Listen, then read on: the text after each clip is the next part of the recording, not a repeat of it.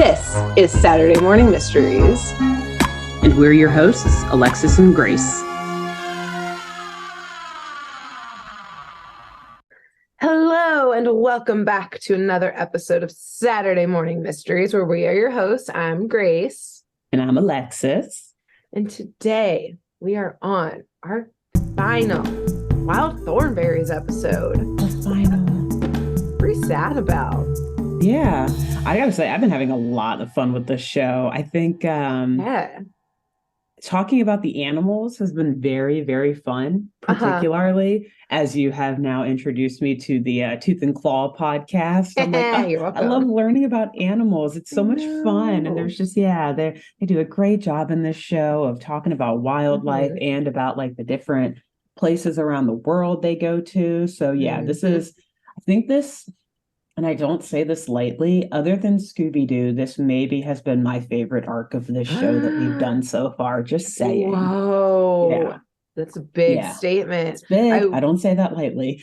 I will say it's been really hard for me not to just go watch all of the Wild Thornberrys, like sticking to the list. Oh my God, you've watched a bunch more, haven't you? I've watched a bunch more. I just like leave it playing after I'm done, like watching my episodes or whatever episode you do. I'm like, okay, I'll just leave it on, like while I do other stuff around the house. And I'm like, God, I miss this show so much. It's been it's been fun. I'm not to say I've like watched all of it, but I've definitely watched way more episodes than just like the 8 that we've covered. Oh yeah, for sure. Nice. Because they're entertaining, they're good, and they're very well written. So good job, Nickelodeon. Yes, very good job, Nickelodeon.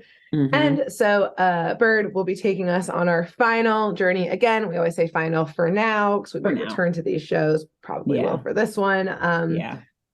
But for now, Bird, take it away for our last trip with the Thornberry family. I will. Pack in the convy, let's go. Yeah, and that's exactly what they do. It's crime-filled today.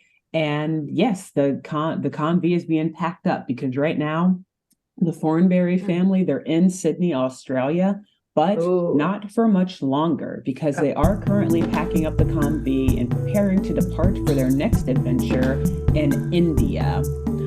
So their plan is to take a ship actually on the high seas to India so that they can meanwhile capture footage of the migration patterns of none other than the big daddy of them all, the blue whale. So big whale daddy. Big whale daddy. Also, yes, we're doing a marine episode. We're not doing a marine episode. Yeah, are you not going to tell me about blue? Well, surprising you would pick a whale episode. We're definitely not doing marines. For those who don't know, Alexis's mortal enemy is whales, and one of my favorite animals is whales. Yes. It is a point of contention between us, the only point. I actually realized like 5 minutes before we hit record, like, dang, I actually don't talk about blue whales in this episode, like at all. You'll see why at the end. There is another animal star of this movie that I go way too deep into, but we're going to hit the high notes on them. But it did force me to real quick just like skim through the Wikipedia page on blue whales because I was like, maybe I should say a few things about Grace them. is going to want to know. Yeah, exactly. But you probably already know. I mean, they're unfortunately, yes, blue whales are not the stars of this episode. Propskis, because yes, they are my mortal enemy, and I would never dare do an episode that focuses in on them, but I do have a greater appreciation for them after skimming the Wikipedia page. Like I said, they are the big daddy of them all. It's the largest known animal to humans. They are super actually endangered, pretty sure. Borderline extinction, or we've like definitely decreased the population of them a lot from whaling and different like climate change and ocean noise, all of that. Their migration patterns are changing because humans are the worst. And yes, they do, in fact, at least some of them migrate around like the waters north of Australia. So this isn't totally, out of whack that Nigel and Marianne believe that they can get some awesome footage of them while they're sailing from India or from Australia to India. But also, like, you can see blue whales off the coast of California. I'm pretty sure you can see them like in South America and Chile. They go far. So lots of other places where they are, because they're so massive, they don't really have any natural predators other than the killer whale. The whale killer, rather, is probably a better name for it, the orca. And yeah, they are pretty amazing. Look, yes, they are my mortal enemy, but only so much as like I see them if I were to be in the waters and one came up to me. I love looking at them from afar. Videos. I like to imagine that if I saw them off the coast of California, I would be absolutely amazed and in awe of their beauty. But the sheer size of them just terrifies me, and the water in general, large bodies of water terrify me. So the combination of those two things for me personally, not the best. But they are magnificent, beautiful creatures. I will not pretend like anything else. Yeah. Yeah, exactly. Okay. Well, I am actually glad to hear that the episode doesn't focus on blue whales, because I was going to be like, this episode is going to take a turn for the worse when Bird takes the side of the poachers. Yeah. Of the blue whales. It's not going to be a good look for the podcast or for me as a human being. Yeah. Like, so these whales, kill them, get them out of here. No. Protect them at all costs. I just personally don't want to be like right next to them, but would love to see them off of a coast sometime in my life, or maybe even to go whale watching, as long as they're not like tipping over the boat that I'm in, which I don't think they would typically tend to do that anyway. So all that is to say, yeah, blue whales are not the stars today. So let's figure out who is. Yes. Well, while Marianne, Nigel, and Debbie are inside of the Convy packing up their carry-on bags to take onto the ship, because obviously the Convy is going to be like stored in cargo, Eliza and Darwin are outside playing in the heath with this adorable wombat named Emily. Yes, a wombat. My heart skipped a beat. Oh my God. Okay. Yes. So we're not going to talk about the big baddie that is the blue whale. We're going to talk about the small, cute, adorable, plump marsupial that is the wombat. Oh my God. Okay. Wombats are marsupials. Like I said, they're native to Australia. They tend to get a little over 3 feet long, and they have like these little small stubby tails, but they also are like super plump and stubby because they're like anywhere from like 40 to like 80 pounds, I guess, depending on the gender and age. Whoa. So like this little 3 foot long thing that's like 80 pounds. I didn't realize it got up to 80 pounds. Yeah, or like high 70s, but yeah, we'll round up. We're not scientists, so we'll round up. And their fur can range from a variety of colors, from like sandy brown to dark brown, gray, and even black. And so wombats are adaptable and habitat tolerant, meaning that they can survive within a certain range of a particular factor like temperature or heat level, whatever, but they can't survive if there's too much heat, or like the temperature is a little too high and a little too much of whatever that particular factor in their habitat is. So like other than that, though, they are pretty adaptable. Like they can adjust and go different places, but like a little too much heat, won't do. A little too much cold, won't do. Not great for climate change. Not at all. Exactly. The small changes that like consistently happen, those aren't good for them. But other than that, they are herbivores. They mainly eat grasses, herbs, bark, and roots. And they dig extensive burrow systems with their front teeth. They've got these very sharp front teeth and powerful claws. Yes, teeth and claws. They do both. And interestingly, their teeth don't have roots, so they're ever growing like rodent teeth. They just keep getting like longer and longer.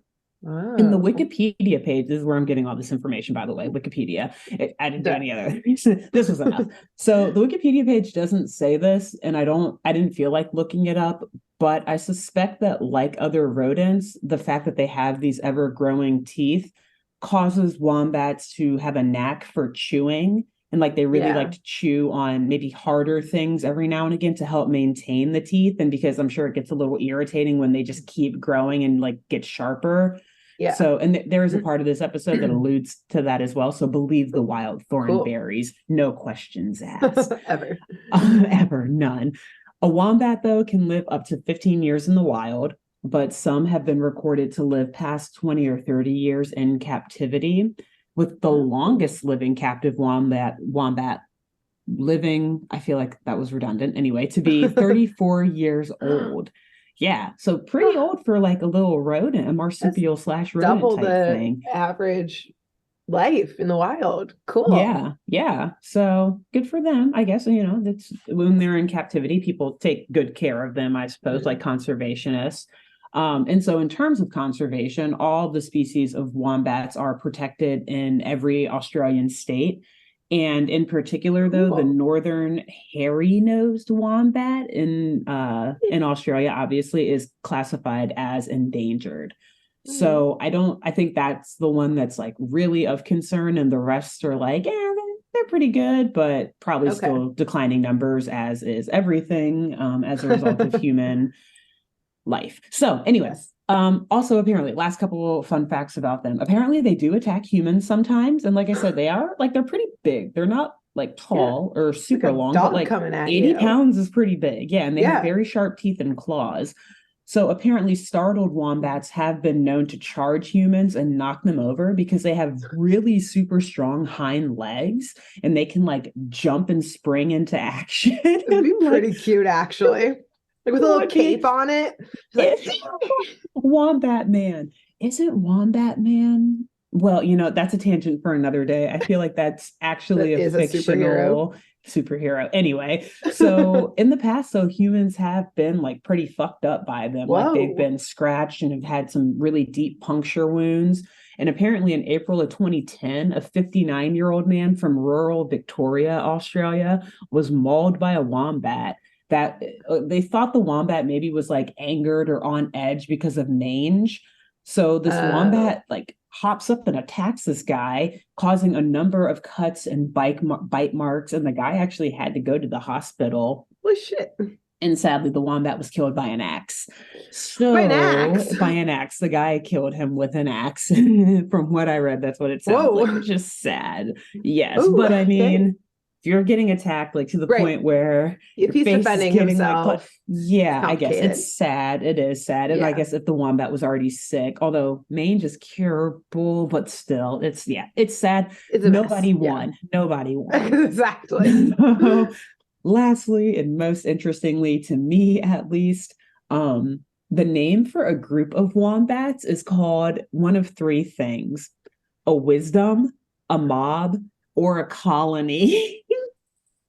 So we're going to say wisdom or mobs because that's awesome. Like a wisdom of wombats or a mob of wombats. Yes, like that's such a cool name for the groupings. I like to think that those are like, you give those groups based on the vibe of the wombats. Yeah. Like are one like old and like wise and are like, we're not going to eat that. And the other ones are like pedantic wombats versus the ones that jump on you and claw your faces out.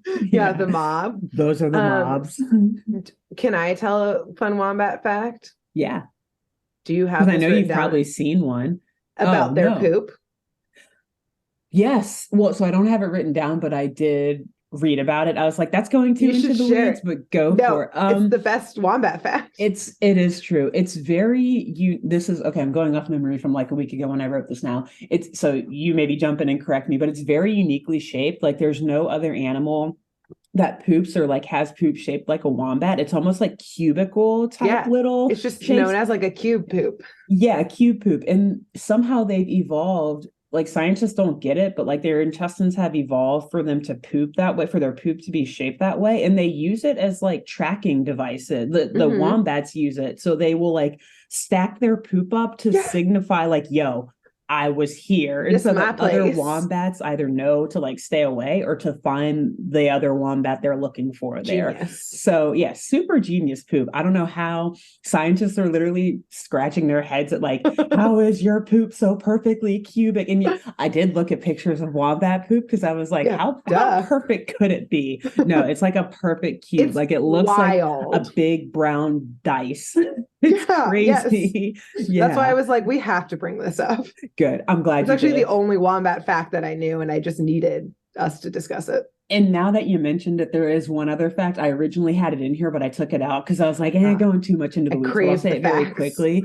So they have evolved to have, they're marsupials, so they have a pouch, right? And they've evolved to have the marsupial, the pouch on their back. It's like on their butt almost. Whoa. So that they can keep their young in the pouch while still burrowing and digging holes without the dirt getting in and aggravating the infant. Which makes sense. It does make sense, but I saw pictures of that too, and it's extremely off-putting. Like imagine Ace Ventura coming out of the rhino.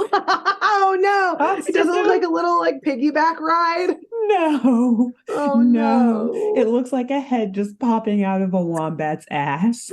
I'm not gonna look it up. Because the infant wombat's facing the opposite way. It's not like a pouch that like, hey, I'm on your back, mommy. What you doing? It's a pouch like, ew, it stinks in here. Damn, okay. Well, I was gonna look it up, and now I'm definitely not. I mean, it's still, science. You might as well. But nature is metal, great. Always. The continuing theme.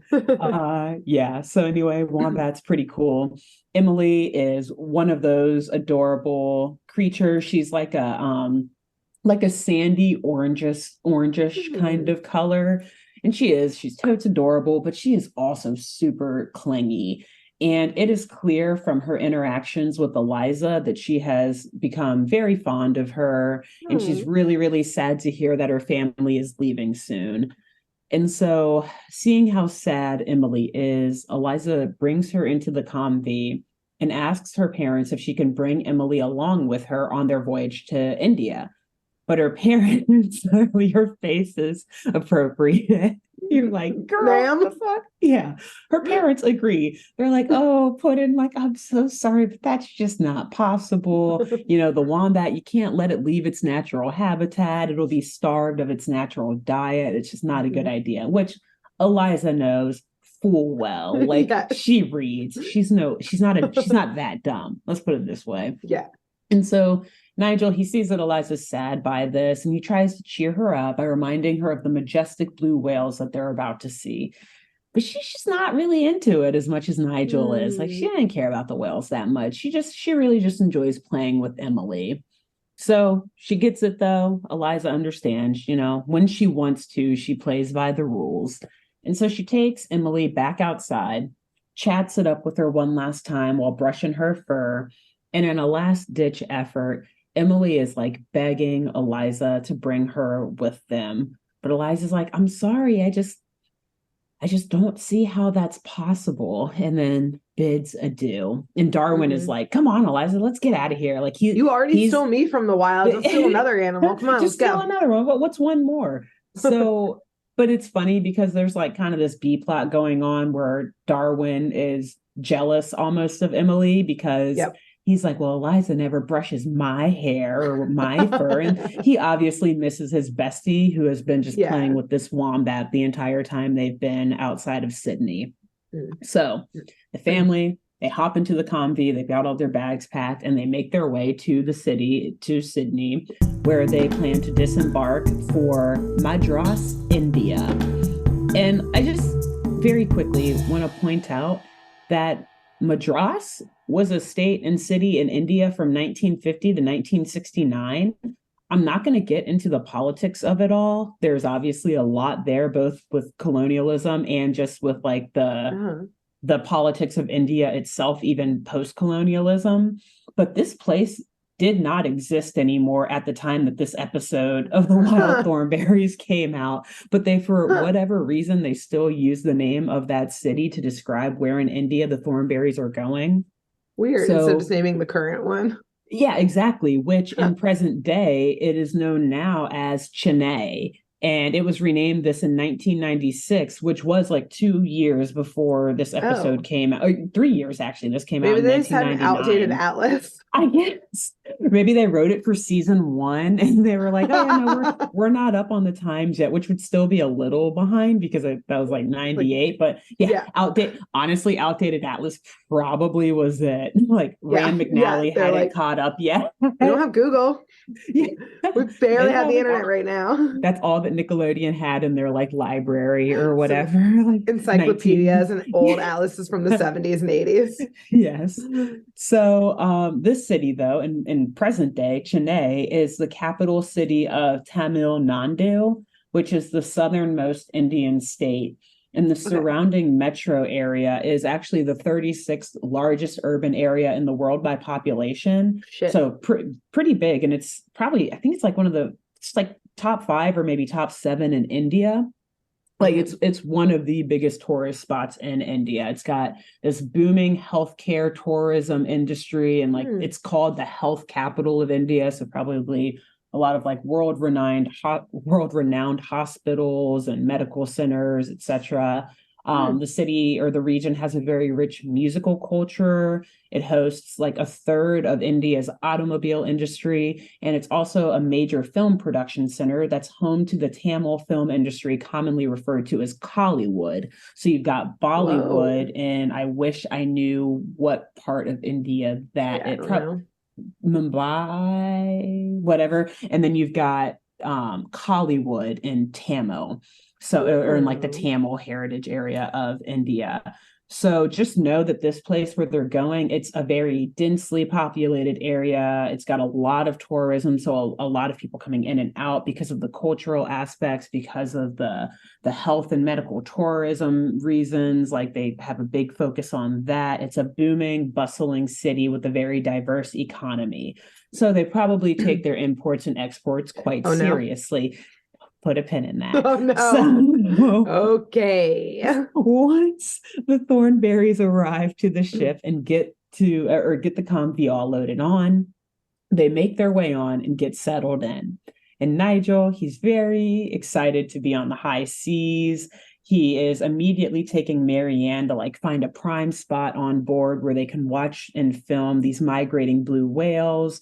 And Debbie and Eliza and Darwin and Donnie are like just kind of walking around the ship's deck trying to figure out like, all right, this is what we're in for the next however many days. That's mostly Debbie saying that, as the tone probably suggested. So as Darwin is cheering Eliza up about like, oh, hey, we're going to get so much quality time together. Like, we're going to have a great time. I know you miss Emily, but like, I'm here. They're having this conversation, and it's interrupted by the ship's quarantine officer, a man by the name of Inspector Taboo.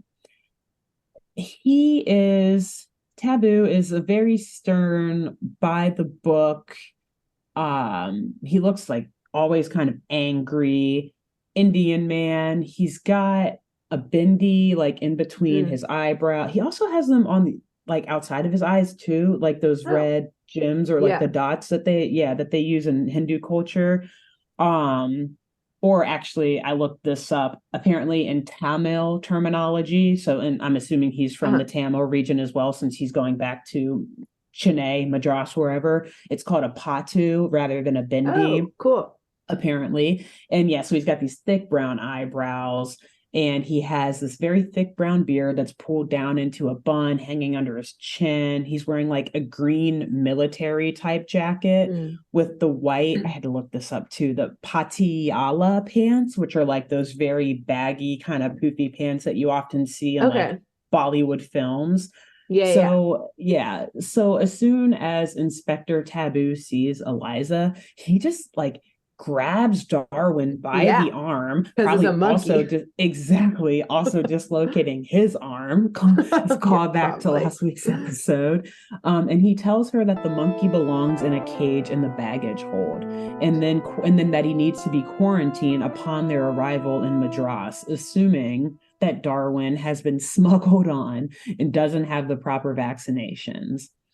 So Eliza is trying to assure him that like, no, Darwin's allowed up here. He's part of our family. He's got all of his shots. He's very healthy. Like, you need to let him go. You don't have the authority to take him.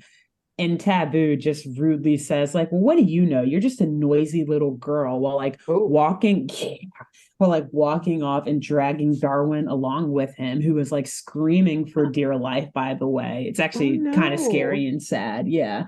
But fortunately, Inspector Taboo only gets a few steps away before Nigel approaches him. Nigel is like loving the sea life. He's like walking like a ship man. He like comes up and like salutes Taboo. This is like no surprise. Not at all. He's like he loves this. And he tells him like, I'm sorry, sir. Like, I think there's been a mistake. My name's Nigel Thornberry, and this monkey, I assure you, is just as healthy as like could be. So he hands him the medical record, saying like, look, it's a flawless record. He's had all of his shots, and he should therefore be allowed to travel with the rest of us, the rest of the family, and not face quarantine when we arrive to India. And so Taboo, he like looks over these papers and he's like, fine, whatever, like shoves it back in Nigel's face and returns Darwin to the Thornberrys before he storms off to hunt down any other illegally smuggled animals. So, Grace, you've briefly mentioned this in a recent episode of our Wild Thornberrys arc, but it is a big no-no, as you said then, to sneak animals into other countries and or fail to declare animals when you're traveling, like on your customs forms. Yes, this is primarily and reasonably because governments want to prevent the introduction of foreign animal diseases into their countries. They want to protect animal welfare. As Nigel said before, you can't move something that's endangered from, or really anything. You shouldn't really move from its natural habitat into another habitat where they don't have the same food, they don't have the same, climate, temperature, etc. And it also is to prevent the spread of communicable diseases. I can't talk today in general. They're just big words here. Work with me. So I looked up the rules specifically for bringing animals into India, both from the US and Australia, but I'll just talk about the US to keep this brief-ish or make a long story somewhat shorter. And let's just assume that the rules that I found 2 days ago are the same as the rules that were in place in 1999 when this episode came out. I highly doubt they are, but work with me here. Yes. So to just bring, and I'm going to skim, like fly through this, but to bring just a domesticated cat or dog into India, you have to fill out hella paperwork, let alone like a chimpanzee or any other like wild thing you come across, right? Yeah. Hella paperwork. You got to like describe the animal, like its name, its breed, when it was born, what gender it is, whether it has a microchip and what number the microchip is, all of its vaccinations, confirming that it's received them all. It's like a full medical record. And you have to do this just to receive a certificate from Animal Quarantine Certification Services that they can be brought into the country, but then they still have to like review it when you get into the country. So that's just like the first of like 5 steps. And you have to do that. You have to provide all this information at least 7 business days prior to traveling. And then if the documents are proper and approved, a quarantine officer like Inspector Taboo will examine the animals and the paperwork once they've arrived in India. So if the animal is fit and you're given that certificate that they're safe to travel within the country and that they're allowed to freely enter, and if the quarantine officer finds that if the animal is fit, then they're allowed to enter the country safely. But if the quarantine officer finds that the animal is unfit, like that it has some sign of disease or a sickness, then the animal will be quarantined for 15 days and tested. And then after the 15 days of quarantine and testing, if the animal is fit, then a certificate for it to enter will be issued. But if it's found unfit after that the second 15-day period, then the owner or like their agent or representative will like have to be told like, hey, like here are the treatments you can give it, or else we're just gonna like deport it. Like, gonna get rid of your animal. So, and as a last bit, to make a long story longer and inject just a bit of pop culture or like current-ish events into all of this, these animal importation laws, particularly when importing into Australia, were in headlines not too long ago in May 2015 when Amber Heard, Johnny Depp's ex-wife, illegally brought her and Johnny Depp's dogs into the country without declaring them to customs officers. And she subsequently failed to put them in Australia's required so in Australia, it's a 10-day quarantine. So she like falsified travel documents. It's a whole thing, committed perjury. And I think they're like still fighting some of the legal like charges for that. Especially like an island country, they're extra strict about it. Super strict. And like, again, these were just dogs. I'm pretty sure they were like were they Jack Russell Terrier? Like they weren't big dogs, even just little dogs, like almost lap dogs, and in her even purse. Fat. Which like, but don't be stupid. Don't do that. Like how unless you know that your pets are sick and you're still trying to bring them in, like, why would you not declare them? It's just not a good look regardless. Yeah, that's so dumb. Yeah. Anyway. In Australia, one of the times flying in, this was in like it was like 13 or something like that. They have dogs sniffing our bags specifically for beef jerky because of mad cow disease. That it was like citizens from the US, y'all got a mad cow disease problem. It could be in this beef jerky. And like some kid on the trip had some and had to like because he like didn't fucking remember it. And I was like, this is the most United States thing I've ever heard. You fucking brought beef jerky with you. Yeah. Anyways, you see like armed they had guards to take come and like scoop him up. This 13-year-old boy as the dog like bites his arm. Oh my God. Anyways, so it's crazy. Wow. It makes sense. You gotta keep you gotta keep people safe. Exactly. We know this now more than ever in the year 2023 that animals can transfer. Well, we do know they can transfer diseases. Yes, so exactly. Anyway, so Debbie, Eliza, and Darwin, they make their way to their cabin on the ship and they get settled in. And Debbie, though, she doesn't stay for long because she wants to go grab some food and also check out this cute guy who's working in the ship's kitchen, who they were introduced earlier. I'll talk about him more later. And so Eliza, she stays back in the cabin, though, to unpack. And as she's like pulling stuff out of her bag, she discovers that Emily the Wombat snuck in her little marsupial self into Eliza's carry-on bag. How so that she Eliza not realize this on their voyage to India. An extra 40 to 80 30 pounds. Yeah. Sorry, not even 30, 40 to 80 pounds. Yeah, Eliza's like, God, this bag is like, I swear I was packing light. And also, like, how did Emily get in the Conv? All these, I don't know. Eliza claims she didn't know. But convenient. So she freaks out a bit when she sees Emily. Her little head pops out and she tells Emily that she can't be there, which is really confusing to Emily, who I said before is very clingy, very fond of Eliza. And she's like, but I thought you'd be happy to see me here. I can't really do an Australian like a British orphan child. Please, sir, can I have some more? Sir, can I have some more? So Australian's really hard to do. It is hard. I was kind of trying it and I was like, God, what's the difference between this and the Brits? Yeah, it's like something in the throat, whatever. So I'm not going to try it that much more. That much more. So Eliza quickly decides to just like stuff Emily in her book bag and get her off this ship ASAP before it disembarks. Okay.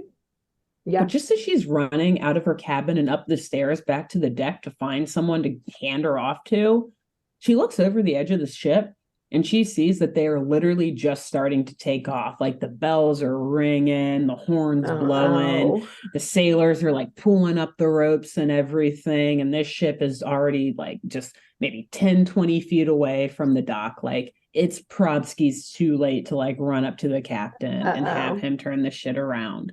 So Emily, she's very excited because she's like, yay, I get to stay on board and spend more time with you. And Eliza's like, yeah, okay, like, yes, I can't lie. I'm happy to see you because we did have so much fun. But like, Emily, you got to be really careful. We got to keep you hidden. No one can find you. This Inspector Taboo guy, he's fucking crazy. He almost killed Darwin. And let me tell you, right from the jump, there are some close calls. Like as soon as Darwin and Eliza and Emily make their way back to the cabin, Darwin accidentally, he's holding the book bag that Emily is in at one point. He accidentally drops it. There's like a whole hubbub on the ship that makes him drop the book bag. And she just like comes crawling out of it and starts sniffing around the ship deck, all free, just roaming around. Girl. Just as I know, she did not listen. One job. One thing. Hide. And of course, right as she's doing this, Inspector Taboo starts walking towards them as he's like making his rounds around the ship. And so Eliza, she quickly like shoves Emily back into the book bag and hunkers down behind some barrels and starts barking like a dingo.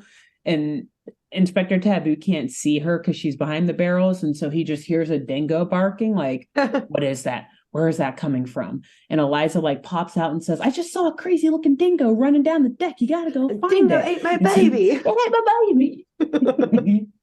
It ain't naughty. And so Taboo believes her though, and then just like runs off to like in the direction that Eliza pointed in. And so Eliza and Darwin, they're like, "Whew, okay, that worked, but like that was really close. We got to be more careful."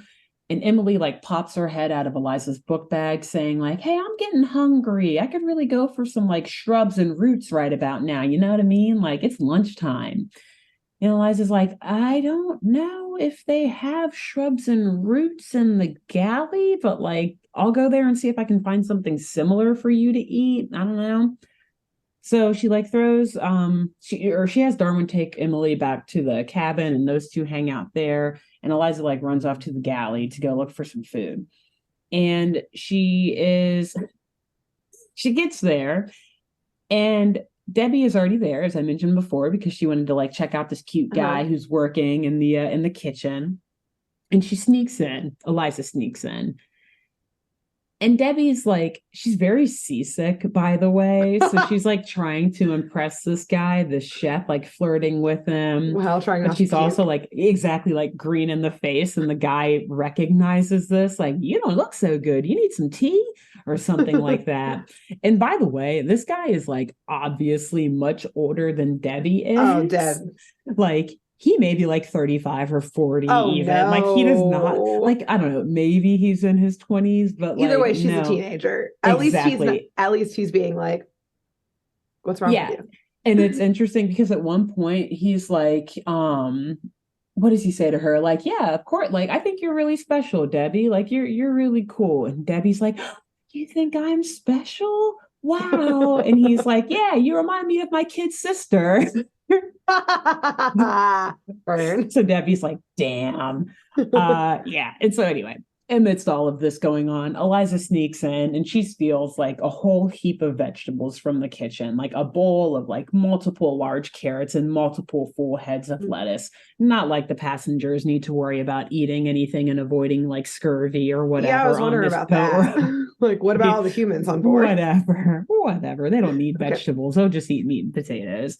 Perfect. So she takes this food back to Emily and Emily starts eating it. But when she finishes, she like looks really queasy and kind of sick too, because she's like, "This food just isn't right. Like it's just not hitting the way my shrubs and bushes and herbs and roots do." It's like, no shit, you adorable but stupid wombat. Like, why did you leave your home? God, you're so cute, but you're so dumb. So Emily, at this point, even though she's feeling sick, she like starts yawning and she tells Eliza that she's ready to sleep and just needs to like burrow to prepare her sleeping space. So yeah, Eliza tells Emily that she can go ahead and take a nap in the drawer that's underneath these bunk beds in the cabin. And Eliza's put like all these extra blankets and this soft stuff and pillows and whatnot for Emily to sleep in. But like I said before, wombats like to burrow. They dig these very extensive burrow systems and holes. And so Emily, she hops in and she's sad because she's like, "I can't dig in here. Like, it's not deep enough. I can't get comfortable. It's like only, I don't know, like what are drawers? Like 10 inches, 8 inches? She's a big complainer. Yeah, first off, she probably can't even fit in it. Yeah, but exactly. She's a huge complainer. She was already, like I said, even though she's adorable, she was already super annoying, very clingy. And now she's literally complaining about all these inconveniences that are her own fault, quite frankly. So Emily, she politely asks Eliza, like, "Could you find me something a little bigger to sleep in so I can like, I need some room to like burrow and dig around and stuff so I can really feel at home and feel comfortable." And Eliza's like, "Fine, okay, like, yeah, shouldn't be hard on a ship to find like something deep enough for you to burrow in, Emily, of course." So they take off to find a better bed for her. And obviously she brings Emily with her, I guess, so Emily can like test it out as she's going and spread her germs all over this boat. Oh my God. Didn't even think about that. Perfect. Great. So Eliza winds up stealing this massive laundry cart that's filled with linens and sheets. I think they're clean. I assume. I don't know, though. Honestly, they might not be. They're about to be dirty. They're about to be dirty. They're clean for like 2 seconds. Yeah. Because then, as you said, exactly, she places Emily right on in there. and like then covers her with some other cover so she can roll it through the ship without being caught. And so at first, Emily seems to enjoy it. She like starts to doze off a little bit and is getting all like tucked into these sheets and this soft stuff and this much larger and much deeper bed for her. But as Eliza is rolling this cart back towards the cabin, which I don't know how she's planning on getting it down up and down the stairs, but whatever, that just occurred to me, whatever. I don't think she does. She doesn't know either. She hasn't got that far either. No. So as Eliza's rolling the cart, she notices like underneath the cover, she can start to see Emily like tossing and turning. And then Emily starts complaining about the smell of the sheet. Because, I mean, shocker, yeah, like if they're clean sheets, yeah, animals probably don't prefer the smell of like bleach and detergent and stuff. Chemicals, yeah. Yeah. And she just tells Eliza, like, I miss my dirt. Like, this bitch. This bitch. And no shit, you adorable but stupid wombat. Adorable but so dumb. I know. What did you think was going to happen on this ship that is far away from your home? I guess they don't know any better. Whatever. So Eliza's starting to get frustrated at this point. Like, listen, I stole food for you. You shouldn't even be here. Right. You're all over my sheets in my room. Like, how am I going to get dirt on this ship, Emily? Come on. We're on the water. Your little cute poops are everywhere. I didn't even think about that. Oh my God, yeah. Taboo is probably like, what the And that's actually such a good point because like we said earlier, no other animal poops like a wombat. So once you see it, like, oh, there's a wombat on this. Like, that's it. That's it. That's game over for Emily. So anyway, they all get back to the cabin and they're asleep now. Day's over. Everyone's asleep. Debbie's got her headphones on, like blasting music through her Walkman while she's asleep. And Eliza, she's nice and comfy. And then she like wakes up because she hears this like a soft chewing and nibbling sound. And she looks up in her bed and she sees that Emily is like climbed up onto the post of this bunk bed. She's just holding on to it like half asleep. It's almost like she's sleep chewing, just chewing away, nibbling away at the wood on this bedpost, this bed frame, to the point where shaves of wood are all over the place. Like they're falling on Eliza's face. There's massive gnaw marks taken out of it is funny actually. Like it looks like this bunk bed could just collapse at any minute with the amount that Emily has bitten out of it. And so Eliza wakes up and is like freaking out. Like, Emily, you can't chew on that. Like, that's like clear evidence. Someone's obviously going to see. Animal is in here. Yes. But Emily, first I'll say Eliza like yanks her off the bedpost, like, you can't do that. But Emily has this like junky withdrawal reaction. Like, I just gotta chew. I need to chew. I gotta bite something, Eliza. I'm going crazy. I need something. Oh God. This girl's going cold turkey on everything and didn't mean to. Poor girl. It's all her fault. It is all her fault. Eliza told her she couldn't come. Eliza should have explained to her why she couldn't come rather than just saying, you can't come. Right. Like, no, you don't just gotta tell her. No, you make explain her fear why. It. Yeah, exactly. Or put the fear of death in her. Perfect. Make her realize her own mortality. Emily, if you come on this ship with us, you will die. Oh, okay. If the climate and like the lack of food and stuff alone doesn't kill you, the quarantine officer will. Right. A human will probably kill you. Yes. Great. So, good. Eliza, who is like still half asleep, she wraps Emily up in a blanket, takes her out onto the ship deck to find something suitable to chew, which is an even worse idea because now you want to chew stuff out in the exactly. So of course it's also like pouring rain outside and it's super windy. They're on the high seas, probably somewhere in the Indian Ocean, and it's probably a little chilly out. And Eliza, she's like in her PJs, barefoot still. She didn't even think about putting shoes on to go up there, and just like has that blanket like wrapped over her while Emily is just casually sitting on the ship deck, chewing on some like rope or just anything around her that she can find. And after you see like all of these bite marks taken out of just various things on this deck, Eliza's like, okay, that's got to be enough. Emily, like, let's go. But before Emily can respond to her, she starts sneezing. Emily, the wombat, starts like sneezing and like shivering and stuff. Oh my God, because it's too hot. Exactly. And it's like rainy and stuff. And I don't think that happens in like the outback. I don't know. Maybe I could be wrong, but not the way that pretty dry place to, overall. Yeah. Okay. Yeah. That's what I thought. You're the expert. You've been there. Oh God, expert's a strong word. So Eliza is like freaking out now. She scoops her up like, oh shit, we gotta get you back inside right now. And she wraps Emily up in the blanket, runs her back into the cabin to warm her up. But unfortunately, it's too late. And even the warmth of the cabin and the drawer under the bed, it's not helping. Emily is still sneezing. She's shivering and shaking, and her teeth are also continuing to grow. Oh. And yeah, and no, to be fair, I don't know if you can actually like see the change in length in the cartoon. I didn't like watch that closely. Like, oh, are they actually longer? But Eliza notices that she's holding her like, oh no, your teeth won't stop growing. Probs because she doesn't have the right shit to chew on. Chew constantly, yeah. Exactly. I gotta chew. I just gotta chew. I got you, man. I got you, man. So they all somehow, are able to go to sleep, though. They're able to get Emily warm enough and get all comfy. But then back out on the deck, still that night, we see Inspector Taboo making his round still, looking for this dingo that Eliza has warned him about.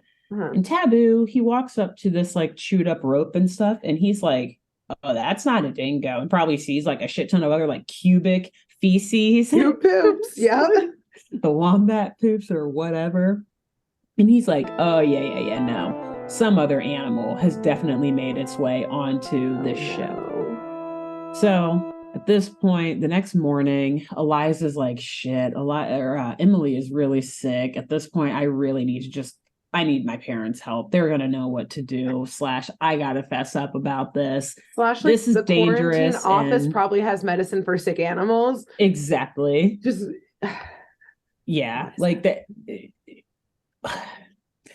We shit on Eliza a lot in the show, and it's fair because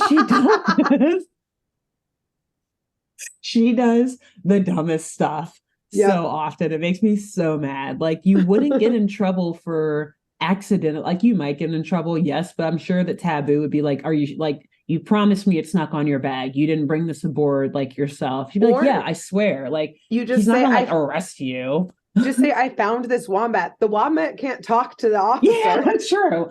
It's true. Like, yeah, Eliza might feel kind of shitty throwing Emily under the bus like that, but like, dude, think about she'll get the medicine she needs. You're going to, and also that, yeah. Okay, go on. It is fair that we should. Yes, correct. So Eliza, she goes to find her parents, and she decides, like, all right, I'm going to tell them about this wombat. But right when she tries to tell them, Inspector Taboo comes up to them, knowing that, the Thornberrys are animal experts and that he can like trust Nigel being a good custodian of animal life and conservation, etc. So he tells them that he hasn't found the dingo that Eliza claimed she saw the day before, but now he's instead after another animal that's made its way on board. One that appears to really like chewing, and he like hands them like Exhibit A. Here's this pile of ropes that have been totally chewed up. And so Taboo's like, if you see this thing, it needs to head straight to quarantine. So please find me immediately. And Nigel agrees, like, oh, of course, like, yeah, dude, whatever it is, whatever animal it may be, yeah, like, we're gonna keep our eyes out, like. It absolutely, and he agrees. He says that too. He's like, rightfully so. So we will absolutely help you find this thing. Or if we do find it, then we'll tell you ASAP. So Taboo, he like nods, like, thank you. And he walks off. And Eliza at this point, seeing that her parents are down to like quarantine Emily as well, she's like, oh, like, never mind. Just wanted to tell you guys that I love you. Like, good luck getting the whale footage. Deuces. See ya. And she like runs back to the cabin. Nothing to see here. To come up. Yeah. You didn't see anything. And so they're back in the cabin trying to concoct a new plan. And I guess at some point, maybe Eliza like goes back to the deck to get some fresh air or whatever and like clear her mind and try to figure out how to keep from imprisoning her and Emily the wombat at the same time and like causing a mass pandemic across like the entire world. She's But got at a least lot of in lives India, to save right now. she does. She could use some fresh air. Yeah. So because we see Debbie come back into the cabin, and at this point it's just Darwin in there who's like cuddled up taking a nap.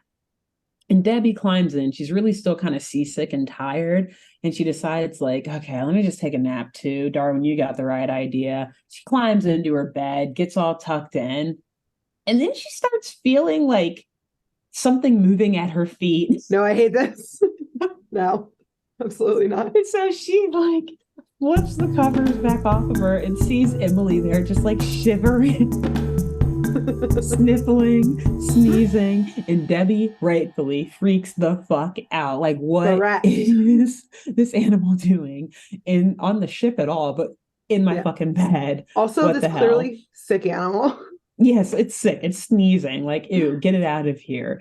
And so Eliza, she comes back in right at this moment and she sees Debbie like just running and jumping around, chewing out, like not throwing, but like pushing away Emily. And I think Darwin comes in and like grabs Emily or something like, oh, no, it's cool, Debbie, like saying, even though she can't understand. Yes.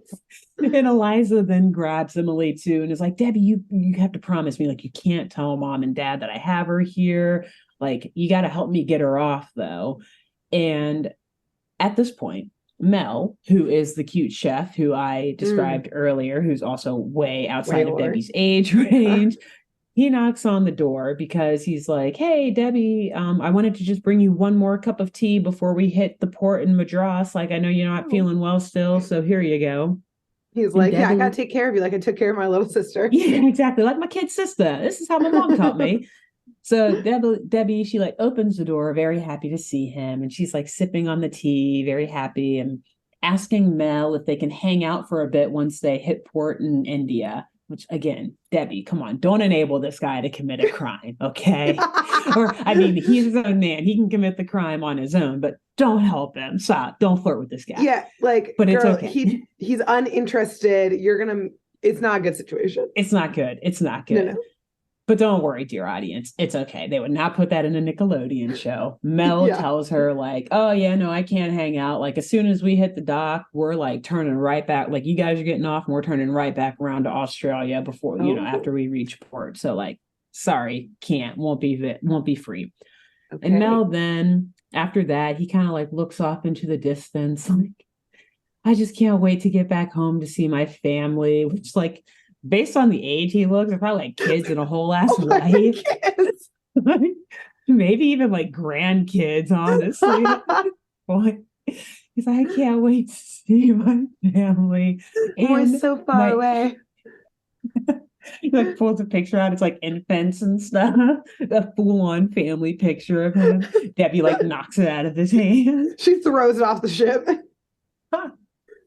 Gives it to Emily to chew. How dare you break my heart? And also, though, he mentions that he has a lot of animals that he wants to get back home and see as well. So Debbie tries to impress him, like, oh yeah, like I love animals, Mel. Like they're so cool. Like, yeah, we have so much in common. I also have a whole family. But Mel is just like, okay, cool. Bye. Like, see you when you're getting off the boat. All right, don't like, puke. Bye. Yeah, see ya. It's going to be more for me to clean up later, so please drink the tea. So then Eliza, though, she sees this, Debbie falling totally flat on her face, trying to hit on this guy. And Eliza hatches a plan. She's like, Debbie, I got an idea that would be a win-win for you and me. And she's like, you should just tell Mel or ask Mel if he can like bring Emily back with him on the ship. Like we'll just leave her on the ship. We won't let her get off and go into India. And like Mel can just take her back and, get her back to her natural habitat in Australia. And Debbie's like, why would I help you with that? And Eliza says, because if Mel saw how much you'd like to take care of this animal, I think he'd see you as pretty cool, right? And Debbie's like, holy shit, actually, that's a great idea. She's just like to point out. Go love ahead. To implicate other people in our crime. Yes. Let's do it. Please. Because yes, this would not really avoid the dangers of illegally importing an animal into the country. All of these people on the ship have been exposed already. Yes. Like, it's not like Emily has to go into India to actually be a threat. Like, there's hundreds of people on this ship. It can take one person to spread a horrible virus. She was in the sheets, in the laundry. Like literally, and then as soon as Eliza takes her out, you just see like a steward come and like grab the sheets, like, what are these doing here? And then start passing them out. Start making some beds. Yeah. You see like a feeble old person going to their room, aka more susceptible to disease. Yes. Start sneezing. Coughing, hacking up lungs, like, what's happening? Coughing on other random people nearby who weren't exposed directly to the wombat, but now you directly are. Yep. So all over. Anyways, Mel though, he ultimately agrees to take Emily, and so he and Debbie go to get her from Eliza. And Eliza, she's like kind of hiding behind a corner, having a little farewell chat with Emily, telling her that a really nice sailor is going to take her home so she can go there and get better and be in her natural habitat. And Emily's like, I'm sorry that I got sick, but I just wanted to stay with you and to be with you, Eliza. We've been having so much fun, which it's adorable, but so naive. So naive and dumb. Adorable but dumb. Yes.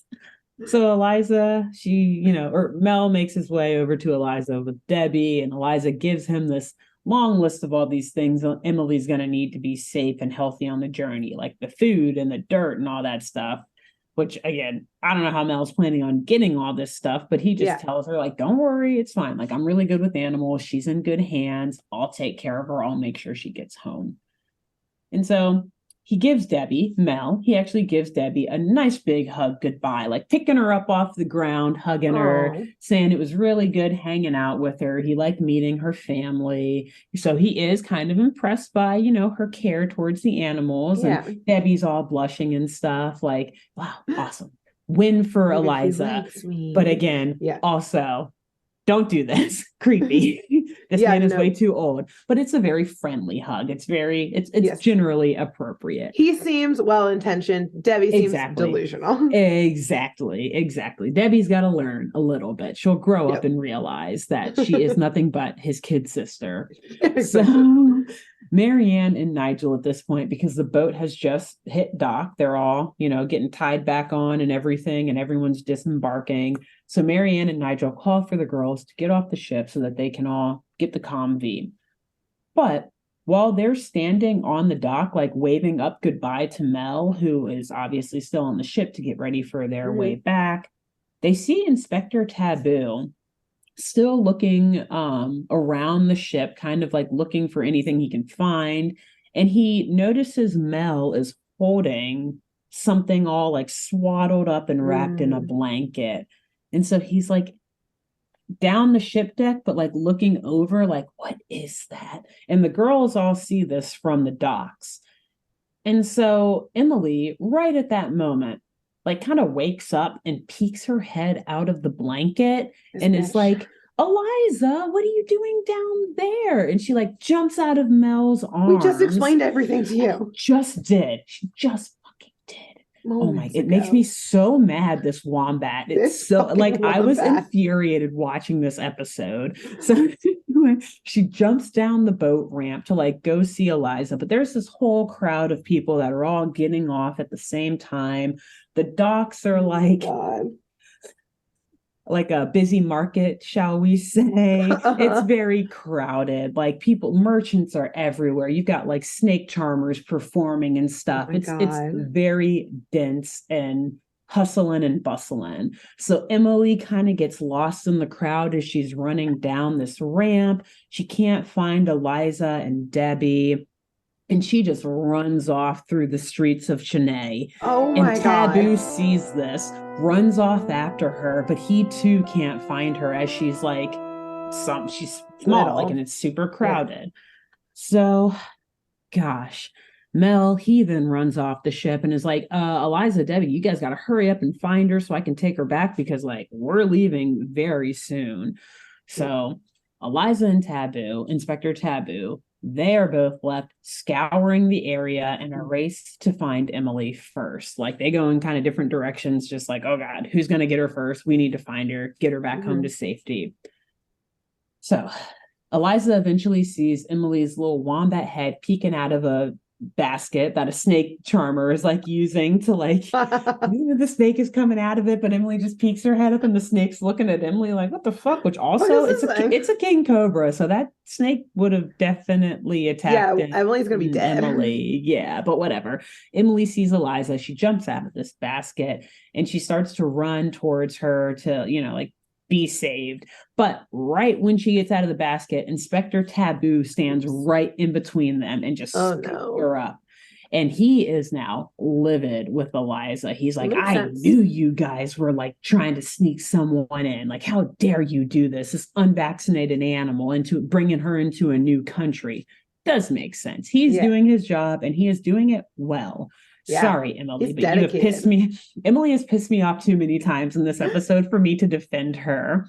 Yeah, okay. No, Emily is the criminal in this episode without Emily a doubt. The criminal. Have you seen that movie, by the way, with Aubrey Plaza? No, but I've seen Emily the criminal. It's really Aubrey. Good. Yeah, same. It's really good. This is the wombat version. It's the Wild Thornberrys and Emily the criminal. Merger. Boom. Love it.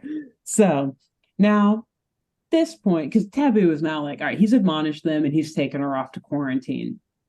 And this is where most reasonable, not super rich or famous people like Amber Heard would throw their hands up in the air, admit defeat, and just give in to the system. Like, all right, she's going into quarantine. That's what it is. Right. Also, but there's Eliza, nothing bad about that. Yeah, there's not. Like, it is. Like, I'm sorry she's your friend, Eliza, but like, that this is the right thing to do. Right. And also, this is for the safety of other humans and the wombat. Exactly. Yeah. It's like, it's a win-win for everyone. To not get local diseases. Yeah. And as I said before, it's like, so she wasn't declared on paperwork, but like, she'll just stay in quarantine. They'll just deport her. They'll quarantine her, give her vaccinations and stuff, and then they'll deport her back. Like, this is the best thing. Just let this happen. Yes. So like I said, that's what reasonable people would do. But Eliza, she's far from reasonable. She follows Inspector Taboo to the animal quarantine office that, to be fair, it's only like a couple blocks away from the docks, as it should be. Yes. And she's like begging him to let Emily get back on the ship to Australia. But Taboo, he refuses to negotiate. He like growls at Eliza and like is yelling at her again. It is weird. He's probably pissed. Understandably. And he like just slams the door to the office in her face. And Mel and Debbie, who also followed them, and Darwin, maybe also Donnie, I don't know, but definitely Mel and Debbie and Darwin, they walk up and Mel is like, look, we're in quite the pickle here. You guys are definitely going to have to figure something out because we're leaving soon. Like, whether you want me to take Emily or not, like, this is my job. Skis. Yeah, this is my job. So. I miss my family. Yeah, my children. Debbie. My daughter's Debbie. prom is coming up and I must be home for it. Because she is 16. Debbie, you look like about the same size as my daughter. And she's so excited for prom. So, again, I say that this is the point where at least slightly less reasonable people even, but still moderately reasonable folks would admit defeat and call it a day. Mm-hmm. But Eliza isn't even moderately reasonable. She tells Mel, stall the ship as long as you can. Me and Darwin are going to break Emily out of here. And she has this like mischievous and like somewhat evil and angry looking. You know the look, like those furrowed eyebrows. I'm like, oh no, Eliza's about to commit international crime. Here we go. So Mel is just like, well, good luck with that. I'm going back to the ship.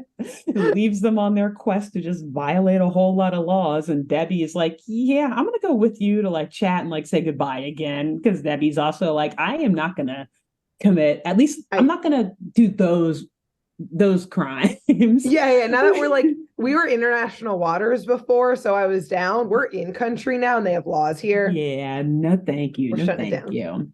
So Eliza and Darwin, they sneak around the back of this animal quarantine office, and they're like looking into a window to see that there are, unfortunately, not really actually, but sadly, we'll say there's a variety of animals that are just caged up in this quarantine office who obviously were not, either they were found to be sick upon arrival, or they just weren't declared by whoever, or they were smuggled in, or they just snuck on board, whatever. And it is sad seeing them all caged up, but also it's fucking hilarious because all of them, it's like, they all have their eyes down and like, they're all frowning. It's like they look like they all regret their life choices. Like, man, what did you do to get in the pokey?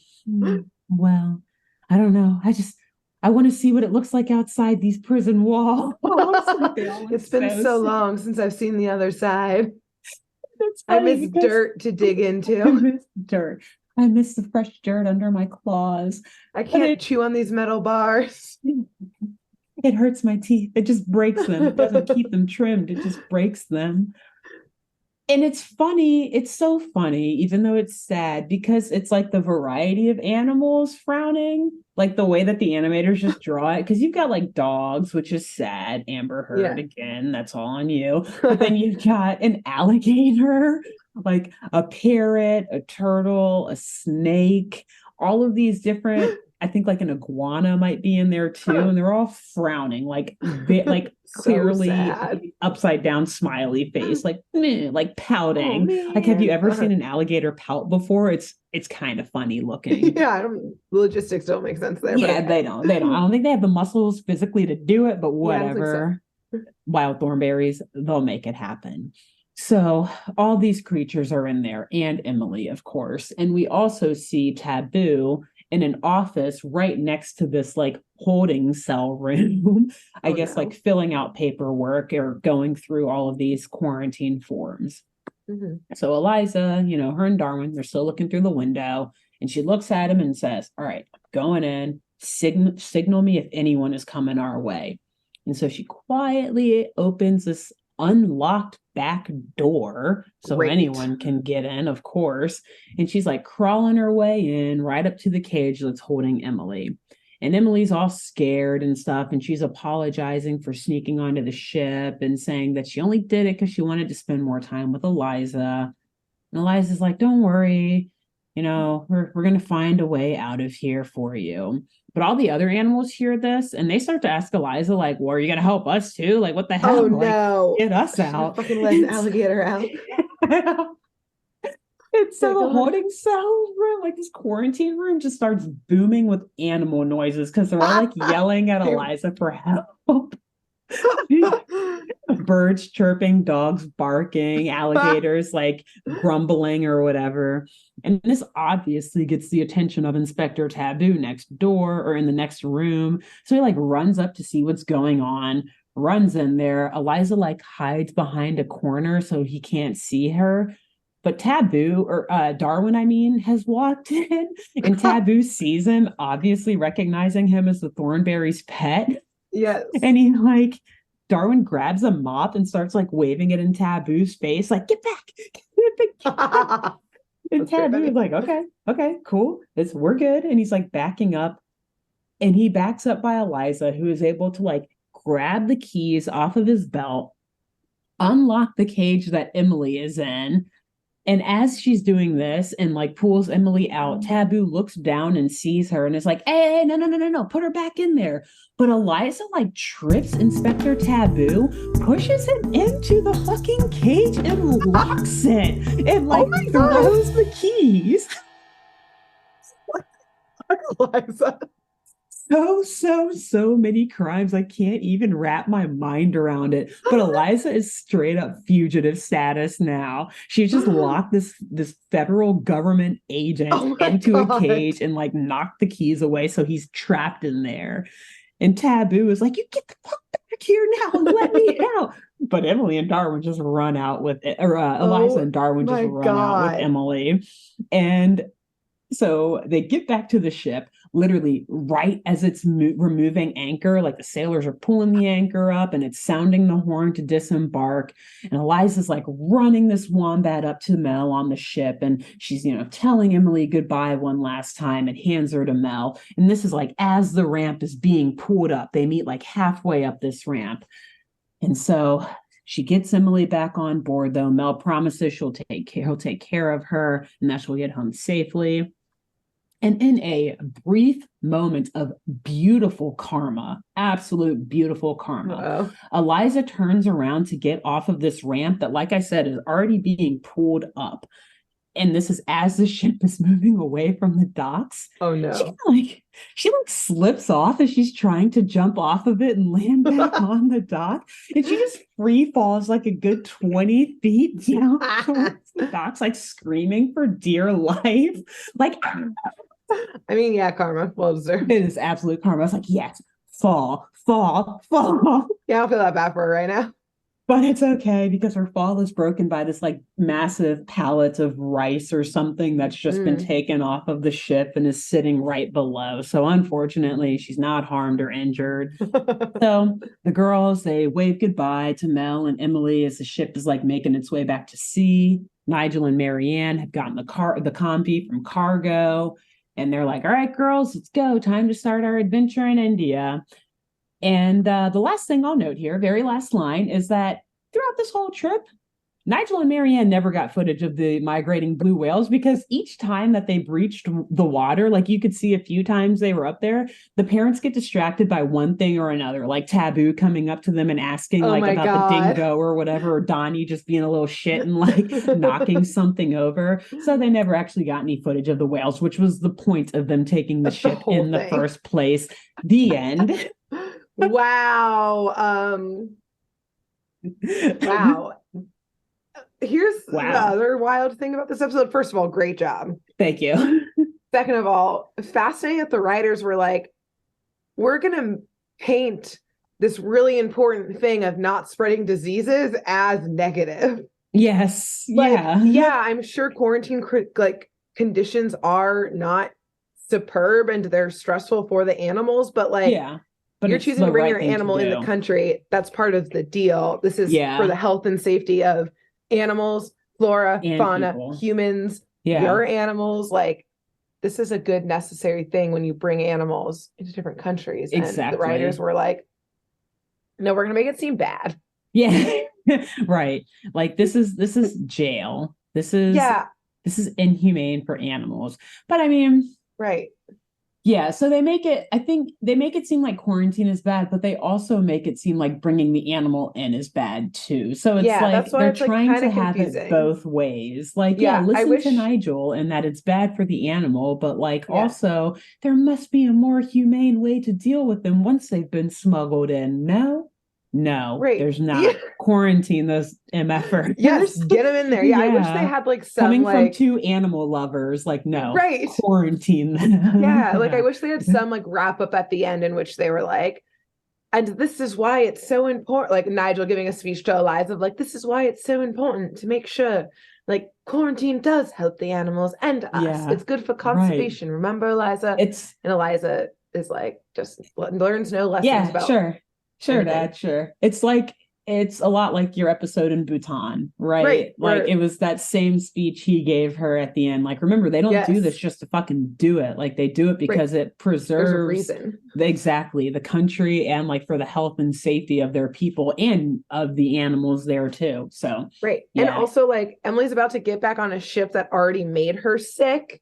Yeah, and get more. Emily's not surviving the trip back home. Mel can give all the assurances he wants. I don't know if she will. No, So yeah, she could have gotten treatment from a vet there and then sent back. Yeah, if necessary. And that's why I wish that they wouldn't have painted the quarantine thing so negatively, because like I said before, assuming that the rules today are similar or even identical to the rules in 1999, like they're going to treat the animal and like try to bring it to safety and health and you know, good health before deporting it or whatever. But anyway, so yeah, the disease could have killed the Thornberrys in terms of what could have killed them today. The disease from the wombats. Inspector Taboo could have just lost his shit and thrown them overboard. That alligator could have crashed. That alligator. Although I was glad. I did think she was going to start freeing all of the animals. I'm very glad she did not do that. They were like, okay, that's a step too far. For that would be an international crisis in one of the 36 most populated city in the world. In the world. Yes, exactly. So so that is the end of our Wild Thornberrys arc, and it's been a lot of fun. We'll definitely, I think we'll come back to this show one day. Yes, for sure. Wow. I had a lot of fun. I loved it. But we're really excited for our next show. And we think you guys will be too. It's a banger. But until then, Grace, next week, until then, who should they tell about this podcast? I think between now and next week, maybe don't say this specific episode is the one you're recommending, but just recommend the show to your most adorable but dumb friend. Yes. You know, I think you'll really relate to a character in episode, what is this now? Like 76 or something. Just take a listen. I think you'll love it. I think you'll love it. Cool. And then who else? I say tell a customs official or quarantine officer. Nice. I think they are probably stressed out right now for multiple reasons. But why not give them something to laugh at about this and about how dumb Eliza and Emily are and how they probably deal with people and animals like this on the daily. Yep. Excellent. Well, great work. A fun series. And we'll be back. Stay tuned for next week, y'all, for a new arc. Indeed. Yep. Bye. Bye. Thanks for tuning in to Saturday Morning Mysteries. If you enjoyed this episode, please share, rate, review, leave us a like, and drop a comment. We post episodes every Saturday and bonus tune tangents whenever we feel like it. So please subscribe so you don't miss the shenanigans. And if you want to follow us on YouTube, click the bell under the YouTube subscribe button to receive notifications when new videos are posted. And if you want to subscribe to the podcast, we have no idea what you're listening to us on, so just hit the big subscribe button on whatever app you're using. We believe in you. Give us a follow on Twitter and Instagram at SatmornMist, all the abreves, and let us know if you have any episode or show requests by emailing SaturdayMorningMysteries@gmail.com. Thanks to Jenna Kendall for the logo design and to Ava Sakiki for the music used during this week's episode. See y'all groovy kids next week on Saturday Morning Mysteries.